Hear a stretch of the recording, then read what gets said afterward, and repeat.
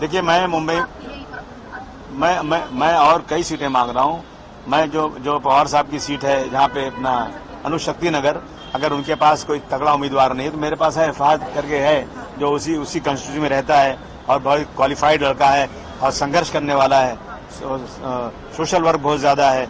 मैंने कहा कि अगर वो सीट आप मुझे देते हैं तो मेरे में जोड़ लीजिए आप, एक वो चल रहा है, और नहीं देते हैं तो अल्लाह ही आप।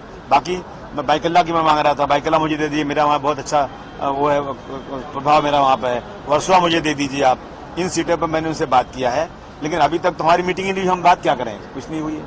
अभी आप गए थे अपनी चर्चा हुई, पवार साहब ने कहा कि ये कांग्रेस के लोग हैं, बार बार दिल्ली भाग के जाते हैं, कहाँ जाते हैं, वह आज रात तक हो जाएगा, कल सुबह हम आएंगे, आपको फाइनल जवाब दे देंगे। सर, अनुशक्ती नगरच्या चर्चेवरून असंही कळतंय की जर फहाद अहमदला ती जागा हवी असल्यास त्यांनी तुतारी हातात घ्यावी, तुम्हाला वाटतंय का? मुझे कोई एतराज नहीं। अगर पवार साहब जो बोलेंगे मान जाऊंगा मैं। पवार साहब को मैं इज्जत करता हूँ, रिस्पेक्ट करता हूँ। अगर पवार साहब बड़े नेता हैं, अगर वो कहेंगे भाई मुझे दे दो फहद को, मैं तुतारी इसको दे दूंगा, तो मुझे कोई एतराज नहीं, मैं दे दूंगा। मतलब सर जो 25 सीटें आप कह रहे हैं उनमें अगर कोई उम्मीदवार किसी अन्य सिंबल पर भी लड़ने के लिए अगर ये राजी हो तो आप मान जाएंगे? नहीं, केवल फहद 25 तो मैं अपने सिंबल पर लड़ूंगा।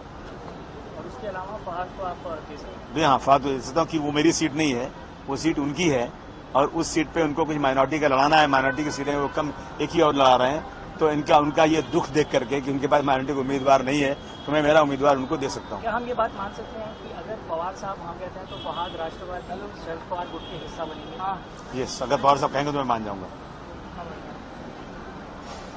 ठीक है। आणखी एक महत्वाचा प्रश्न आहे की प्रत्येक वेळी जसं दिल्लीच्या वाऱ्या सुरू आहेत आणि त्याच्यात आता एक महायुतीमध्ये वेगळा प्रश्न समोर आलेला आहे की अल्पसंख्याकाची चर्चा सुरू झाली, तर असं म्हटलं जाते की भाजपकडून आता नवाब मलिक यांच्या जागेवर जो आहे तो विरोध सुरू झालेला आहे। तुमच्यासाठी किती सोयीस्कर असणार, कारण की नवाब मलिक तुमच्या विरोधात तिकीट भरणार होते? आने दो। नवाब मलिक मेरे पास ही थे, राजनीति मैंने सिखाया हूँ, मैंने उनको एमएलए बनाया था, मैंने अपने कोटे से मिनिस्टर बनाया था। आए लड़े सामने, देखते हैं क्या होता है।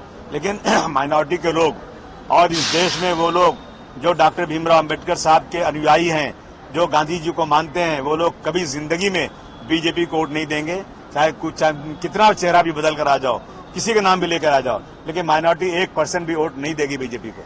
सर 85 का फॉर्मूला तय हुआ था, लेकिन अब अलग अलग बयान सामने आ रहे हैं। वडेट्टीवार कहते हैं हम 104 पे लड़ेंगे, वहाँ संजय राउत जी भी कहते हैं हम सेंचुरी मारेंगे।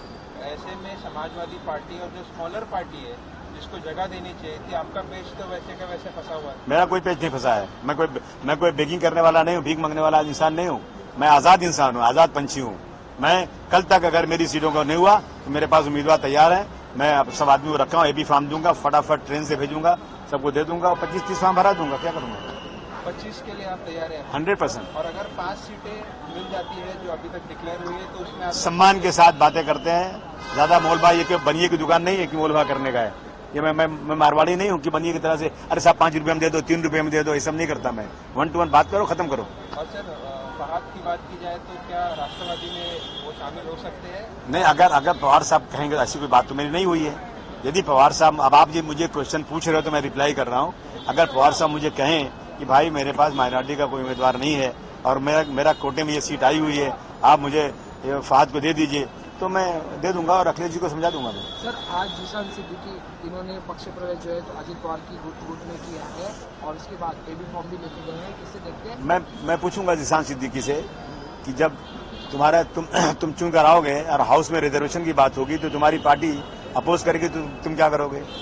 वो पार्टी जिसमें तुम गए हो, जब मेरे वक्फ बोर्ड की बिल आएगी हाउस में, तुम्हारे लोग अपोज में खड़े रहेंगे तो तुम क्या जवाब दोगे? ये जवाब जनता मांगेगी वोट देने के पहले। एक बयान दिया है नाना पटोले ने, उन्होंने समर्थन किया है जो राहुल गांधी ने किया था, बोला था कि आरक्षण खत्म होना चाहिए। उसी के समर्थन में आज फिर एक बार नाना पटोले ने बयान दिया है, तो सर उसे कैसे? नहीं, मैं समझता हूँ कि देखिए अभी भी जो कमजोर तबके हैं, जो समाज के दबे कुचले लोग हैं, जो व्यवस्था बनाई थी डॉक्टर भीमराव अम्बेडकर साहब ने, वो अभी तक पूरी नहीं हुई है, इसलिए वह रक्षा भी जारी रहना चाहिए। वेलकम टू के mall, a premium project by Kaleen Group. K-Mall is in the heart of Kolkata's electronic, garment and lifestyle hub, Khidirpur.